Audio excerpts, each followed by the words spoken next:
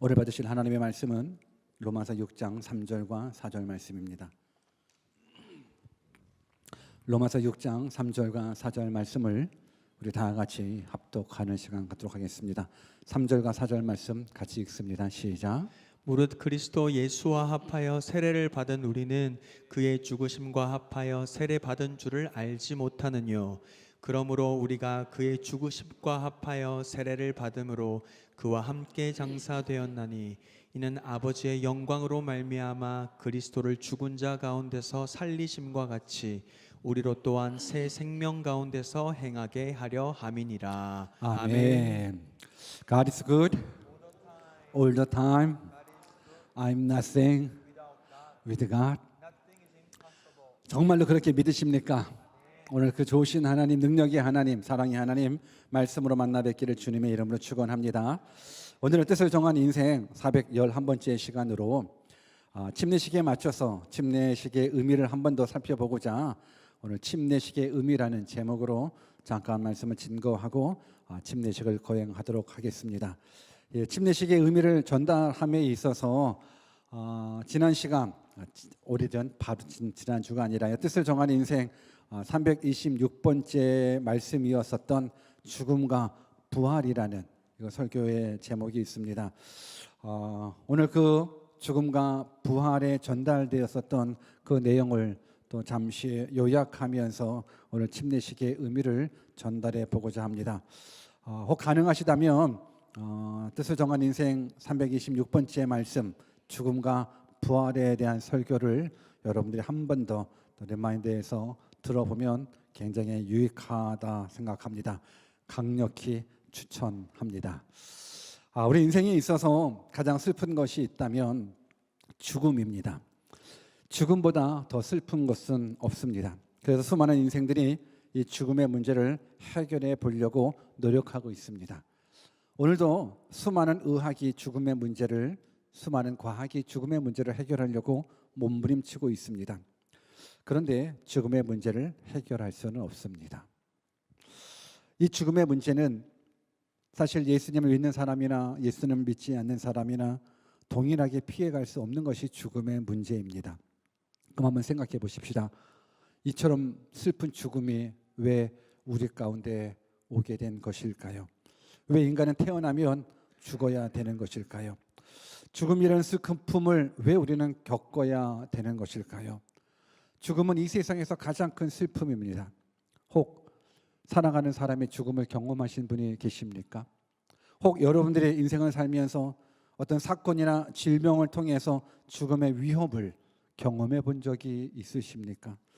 왜 우리는 이 원치 않는 죽음을 경험해야 합니까? 왜 우리는 사랑하는 사람의 죽음을 경험해야 됩니까? 왜 우리는 이 큰 슬픔을 경험해야 됩니까? 도대체 이 죽음은 어디서부터 온 것일까요? 죽음에 대한 모습은 성경을 통해서 알 수가 있습니다. 원래 하나님께서는 태초에 우리 인간을 만드실 때에 죽음 없이 인간을 만드셨습니다. 영원히 살아갈 수 있도록 우리 인간을 만드셨습니다. 그런데 사탄의 유혹으로 말미암아서 인간에게 죽음이 찾아왔습니다. 우리 창세기 2장 17절 말씀을 같이 한번 읽어볼까요? 같이 한번 읽습니다. 시작. 선악을 알게 하는 나무의 실과는 먹지 말라. 내가 먹는 날에는 정령 죽으리라 하시니라. 성경에서 죽음이라는 단어가 첫 번째로 시작되는 말씀입니다. 하나님께서 인간을 만드셨습니다. 그런데 선악을 알게 하는 나무의 실과는 먹지 말라. 내가 먹는 날에는 정령 죽으리라 죽음을 말씀해 주고 계십니다. 우리 인생에게 죽음이 찾아왔습니다. 많은 사람들은 이 죽음을 그저 자연적인 현상이라고 이야기합니다. 성경은 죽음을 자연적인 현상으로 이야기하지 않습니다. 하나님의 명령에 순종하지 않은 대가가 바로 죽음입니다. 죽음은 죄에 대한 형벌로서 하나님께서 정하신 저주의 결과입니다. 그 죽음을 우리가 경험하고 있는 겁니다. 또한 이 죽음은 하나님의 뜻을 거역한 행위는 그 어떤 것도 용납하시지 않겠다라는 하나님의 강력한 의사이기도 합니다. 그 사랑의 하나님, 그 은혜의 하나님이 내 뜻을 거역한 행위는 그 어떤 것도 용납하지 않겠다라는 강력한 의지, 강력한 의사 표현이 바로 죽음이기도 합니다. 죽음은 인류 가운데 가장 큰 슬픔이며 저주이며 고통입니다. 그런데 우리가 생각하는 이 죄의 결과로서의 죽음은 단순한 죽음으로 끝나지 않는다라는 겁니다. 성경을 또 읽어볼까요? 히브리서 9장 27절입니다. 같이 한번 읽습니다. 시작. 한 번 죽는 것은 사람에게 정하신 것이요 그 후에는 심판이 있으리니. 죄로 말미암아 죽음이 찾아왔는데 성경은 한 번 죽는 것이 사람에게 정하신 것이고 그 후에는 심판이 있다 말씀해주고 있습니다. 이게 무서운 겁니다. 성경은 죽음 후에 심판이 있다는 것을 말씀해주고 있습니다. 여러분, 죽음이라는 것은 영과 육이 분리되는 것이 죽음입니다. 또한 우리가 살고 있는 이 현 세상과 분리되는 것이 죽음입니다. 무엇보다도 우리가 죽음을 통해서 무엇이 결정되냐면 우리들의 영혼의 운명이 확정된다라는 겁니다. 죽음을 통해서 우리들의 운명이, 우리들의 영혼의 운명이 확정된다라는 건 죽음 이후에는 절대로 돌이킬 수 없다라는 부분들인 겁니다. 만약 죽음이 죽음으로 끝난다 그러면 오히려 더 나을 수 있습니다. 근데 그 죽음은 죽음으로 끝나지 않습니다. 죽음 이후에 심판이 있습니다. 그리고 죽음 이후에 정해지는 그 영혼의 운명, 그 운명은 우리가 이 땅에서 바꿀 수는 없습니다. 그럼 어떤 모습이 있을까요? 마태복음 25장 46절도 같이 한번 읽어볼까요? 같이 한번 읽습니다. 시작. 저희는 영벌에 의인들은 영생에 들어가리라 하시니라. 여러분, 악인은 영벌에 처해지고 의인은 영생에 들어간다라는 것, 이것이 성경이 말씀하고 있는 진리라는 겁니다. 인간은 죽음과 동시에 모든 기회의 시간이 끝나게 됩니다. 그리고 심판이 있게 됩니다. 죽음 이후에는 우리들의 영혼이 구원받을 수 있는 그 기회가 없습니다. 오직 살아있을 때 우리들의 영혼이 구원 얻을 수 있는 기회가 존재한다라는 부분들인 겁니다. 아까도 말씀드린 대로 그저 죽음이 죽음으로만 끝날 수 있다 그러면 오히려 견딜 수 있습니다. 그렇게 나쁜 것 같지도 않습니다. 죽음이 죽음으로만 끝난다 그러면. 근데 죽음이 죽음으로 끝나지 않고 죽음 이후에는 하나님의 심판이 있는데 영벌과 영생이라는 겁니다. 천국과 지옥이라는 겁니다. 우리 인간은 그 어떤 노력을 하더라도 이 죽음을 피해갈 수 없습니다. 어떤 노력을 하더라도 죽음 이후의 심판도 피해갈 수 없습니다. 그런데 하나님께서 우리들에게 딱 한 번에, 단 한 번의 기회를 허락해 주셨습니다. 영원한 삶을 살아갈 수 있는 기회를 우리 가운데 사랑의 하나님이 허락해 주셨다라는 거예요. 그래서 복음인 거예요. 그래서 굿뉴스예요. 로마서 5장 21절 말씀을 같이 한번 읽어볼까요? 같이 한번 읽습니다. 시작. 이는 죄가 사망 안에서 왕 노릇한 것 같이 은혜도 또한 의로 말미암아 왕 노릇하여 우리 주 예수 그리스도로 말미암아 영생에 이르게 하려 함이니라. 여러분, 이 복음을 여러분들이 발견하셔야 됩니다. 이 안에 어떤 복음이 있는지 여러분들이 발견하셔야 됩니다. 이는 죄가 사망 안에서 왕 노릇한 것 같이 죄가 사망 안에서 우리에게 왕 노릇했다라는 거예요. 죄가 사망 안에서 우리를 왕 노릇했기 때문에 우리는 항상 죽음의 두려움 가운데 사로잡힐 수밖에 없어요. 왜냐하면 죄가 사망으로 왕 노릇하기 때문에 우리는 그 왕 앞에 두려움에 떨 수밖에 없어요. 그런데 하나님께서는 예수 그리스도로 말미암아서 이제는 죄가 아닌 의가 왕 노릇할 수 있게끔 우리에게 귀한 길을 열어주셨다라는 거예요. 의가 왕 노릇하셨기 때문에 우리는 죄 사함을 받고 영원한 생명을 얻게 된다라는 것. 근데 그것이 누구로 말미암아? 오직 예수 그리스도로 말미암아 얻을 수 있다라는 부분들인 겁니다. 예수님께서는 우리 죄를 대신하여 십자가에 죽으시고 피 흘리시고 그리고 부활하심으로 말미암아서 우리에게 영원한 생명을 약속해 주셨습니다. 이것이 복음입니다. 이것이 진리입니다. 여러분, 죽음의 문제는 예수 그리스도의 십자가 죽음을 통해서 해결되었습니다. 죄의 문제 또한 예수 그리스도의 십자가의 죽으심을 통해서 해결되었습니다. 우리가 기억해야 될 것은 이 죽음의 문제를 해결해 주신 그 예수님께서 이 땅 가운데 오신 그 이유가 있습니다. 그 하나님이신 예수님께서 이 땅 가운데에서 우리의 죄의 문제를, 우리의 죽음의 문제를, 우리의 영생의 문제를 나타내 보이시고자 이 땅에 예수 그리스도가 오셨다라는 겁니다. 마태복음 17장 21절과 23절 말씀도 같이 읽어볼까요? 같이 한번 읽습니다. 시작. 갈릴리에 모일 때 예수께서 제자들에게 이르시되 인자가 장차 사람들의 손에 넘기워 죽임을 당하고 제3일에 살아나리라 하시니 제자들이 심히 근심하더라. 여러분, 예수님께서 이 땅에서 사역하셨을 때 무엇을 말씀하셨냐면 자신의 죽음과 자신의 부활에 대해서 언급하셨습니다. 내가 이제 장차 사람들의 손에 넘기워 죽임을 당한다 말씀해 주셨습니다. 언급해 주셨습니다. 근데 죽임만 당한다고 언급해 주셨습니까? 죽음만 언급해 주신 것이 아니라 제3일에 살아나리라 부활도 언급해 주셨습니다. 그런데 지금 제자들은 심히 기뻐합니까? 심히 근심합니까? 심히 근심합니다. 왜 심히 근심합니까? 제자들의 포커스가 예수 그리스도의 부활에 맞춰져 있습니까? 예수 그리스도의 죽음에 맞춰져 있습니까? 예수 그리스도의 죽음에 맞춰져 있습니다. 여러분, 죽음에 맞춰져 있으면 근심할 수밖에 없습니다. 죽음에 맞춰져 있으면 걱정하고 불안할 수밖에 없습니다. 오늘 그런데 예수님께서는 본인의 죽음과 본인의 부활을 말씀해 주고 계십니다. 예수님이 부활입니다. 여러분들이 죽음이 아닌 부활에 포커스 맞출 때 여러분들의 삶은 근심이 아니라 행복입니다. 두려움이 아니라 감사일 수 있습니다. 성경을 읽어볼까요? 요한복음 11장 25절과 26절입니다. 같이 읽습니다. 시작. 예수께서 가라사대 난 부활이요 생명이니 나를 믿는 자는 죽어도 살겠고 무릇 살아서 나를 믿는 자는 영원히 죽지 아니하리니 이것을 내가 믿느냐. 아멘. 여러분들에게도 동일한 질문을 드리고 싶습니다. 이것을 여러분들이 믿으십니까? 예수님이 부활이십니다. 생명이십니다. 그래서 예수님을 믿는 자는 죽어도 살겠고 무릇 살아서 예수님을 믿는 자는 영원히 죽지 않는다는 이 복음을, 이 진리를 여러분들은 믿으십니까? 이 믿음 안에 우리의 죽음의 문제가 해결됩니다. 이 믿음 안에 우리가 부활을 얻고 영원한 생명을 얻게 된다라는 거예요. 우리 예수 믿는 사람들은 부활의 산 소망을 가지고 있는 사람입니다.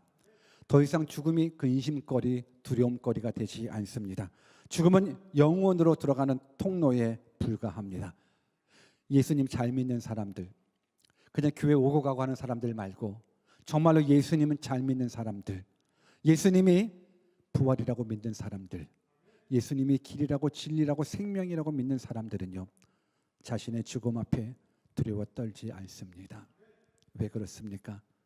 죽어도 살겠고 무릇 살아서 예수님을 믿는 자는 영원히 죽지 않는다라는 그 하나님의 말씀을 믿고 있기 때문에 그렇습니다. 우리 인생에서 죽음의 문제를 해결하는 것보다 더 중요한 게 어디 있겠습니까? 죽음의 문제는 오직 예수 그리스도 안에서 해결받을 수 있습니다. 그 해결함이 부활입니다. 오늘 우리는 침례식을 하게 됩니다. 침례식이 왜 중요한지 아십니까? 이 침례식을 통해서 예수 그리스도의 죽음과 부활이 경험되고 선포되기 때문에 그렇습니다. 여러분, 우리가 예수님을 믿겠습니다 라고 말했을 때 나 예수님 믿고 행복할래요. 나 예수님 믿고 사업 잘 됐으면 좋겠어요. 나 예수님 믿고 병 고침 받았으면 좋겠어요. 나 예수님 믿고 그냥 잘 살았으면 좋겠어요. 때문에 예수님을 믿는 것이 아닙니다.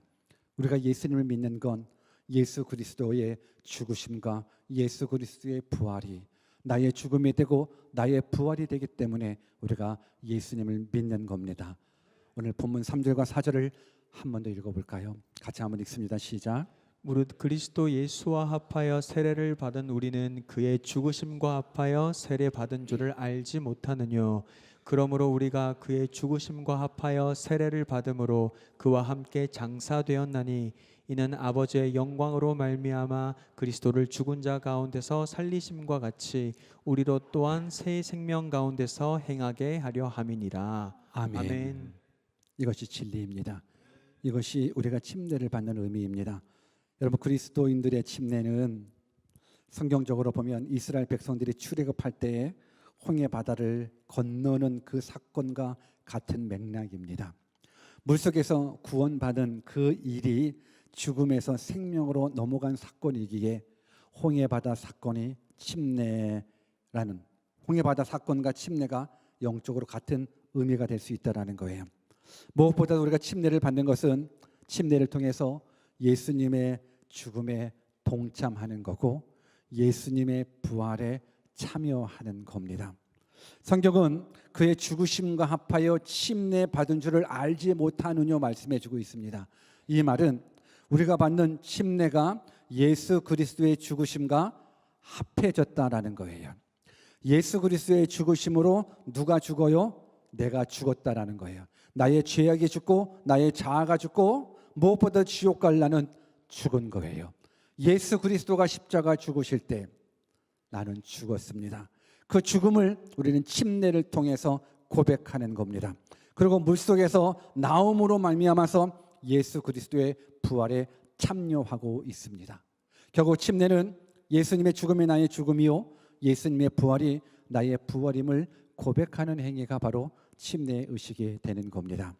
지금까지는 내 뜻대로 내 마음대로 내 생각대로 욕심내며 정욕대로 살아왔다면 이제 그러한 나는 이제 물속에 장사 지내는 겁니다. 장사 지내고 이제 예수 그리스도가 부활하셨듯 우리도 하나님의 때에 부활하여 영원한 생명을 얻는다라는 것.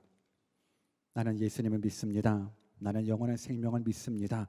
예수 그리스도의 십자가 앞에 내 죄는 다 용서함 받았습니다를 고백하는 이 아름다운 의식이 바로 침례 의식인 겁니다. 저는 이 침례 의식을 또 이런 식으로 표현해 보고 싶습니다. 결혼식과 같다라는 부분들은 여러분 혹시 신랑이 부끄러워서 몰래 결혼하신 신부가 있을까요? 신부가 부끄러워서 몰래 결혼한 신랑 신부들이 있을까요? 여러분 결혼식은요 자랑하는 거 아닌가요? 얘가 내 신랑이에요. 잘생겼죠? 얘가 내 신부예요. 이쁘죠? 우리 결혼해요. 이제 우리 합법적으로 부부애를 공포하듯이 우리가 침례를 통해서 나 이제 예수님 믿어요. 나 예수 그리스도의 죽으심을 믿고 예수 그리스도의 부활하심을 믿어요. 예수 그리스도를 믿는 자는 죽어도 살고 무릇 살아서 믿는 자는 영원히 살 수 있다라는 것 난 믿어요. 그래서 나는 예수님으로 말미암아 죽음의 문제가 해결되었어요. 나는 지금 죽어도 천국에 갈 수 있어요. 여러분 이 믿음의 고백이 얼마나 아름다운 고백일까요? 오늘 침례식이 이루어질 때 저 천국에서는 빵빠레가 울리기 시작합니다. 천국 잔치가 열려지기 시작합니다. 오늘 침례는 정말로 복된 의식입니다. 정말로 아름다운 의식입니다. 늘 제가 말씀드리죠. 침례식에 앞서서 아마 카톡방에서도 제가 올려드렸었는데 침례는 연중 행사는 아니에요. 매번 받는 게 아니라 일생에 딱 한 번 받는 거예요. 일생에 딱 한 번 받는 건데 2번 받을 수 있는 기회가 있기는 있어요. 언제냐면 내가 침례를 받을 때 믿음의 고백 없이 받을 때 그냥 중학생이 됐는데 또 침례 받을 때가 됐으니까 침례 받아라고 그냥 남들의 권유 때문에 받을 때 믿음의 고백 없이는 침례가 될 수가 없습니다. 그래서 유아 세례도 마찬가지예요. 오늘 우리 침례 받는 중에 유아 세례를 받은 자들도 있어요. 여러분 침례를 받아야지 구원받는 게 아니라 구원받는 자가 침례를 받는 거거든요. 예수님 믿는 자가 침례를 받는 거거든요. 예수님을 나의 주인으로 나의 구원자로 나의 하나님으로 고백하는 자가 침례를 받는 건데 유아 세례자들에게 제가 늘 질문하거든요. 너 유아 세례 받을 때 고백하고 받았냐? 예수님 믿고 받았냐? 근데 믿고 받지 않았대요. 믿을 수도 없어요. 믿는 게 뭔지도 몰라요. 아이였는데 어떻게? 그러다 보니까는 유아 세례를 받고 커서 세례는 안 받고 입교식이라고 해서 그냥 이제 성인이 됐으니까는 이제 그 고백만 하면 돼. 물론 유아 세례가 나쁘다 좋다 이런 부분들을 이야기하고 싶지는 않습니다. 저는 단지 성경적인 부분들 속에서 우리가 침례를 받아야 구원받는 게 아니고 구원받는 자들이 침례를 받는 거고 침례는 예수 그리스도와 합하여 죽으심과 예수 그리스도 합하여 부활하심을 고백하며 예수님의 나의 하나님이고 나의 주인이고 나의 구원자라고 이제 내 생각 내 의지 가지고 고백하면서 이제 많은 사람들 앞에 나 이제 예수님 믿어요를 고백하는 자가 받는 의식이라 그러면 그 부분들 속에선 우리가 혹 믿음이 없이 받으셨다면 한 번 더 받을 수 있고, 과거 내가 받았었던 그 세례가 믿음이 있이 받았었던 세례다 할지라도 내가 성경을 보고 내가 하나님의 말씀을 듣다 보니 세례가 주는 상징적인 의미보다 침례가 주는 상징적인 의미가 더 아름다운 것 같아 저는 침례를 받겠습니다 하시는 분들도 한 번 더 침례를 받을 수는 있습니다. 오늘 저는 침례식을 거행함에 앞서서 우리 침례자들 7분을 먼저 초청해 보기를 원합니다. 우리 침례자들 앞으로 한번 나와 보시겠습니까?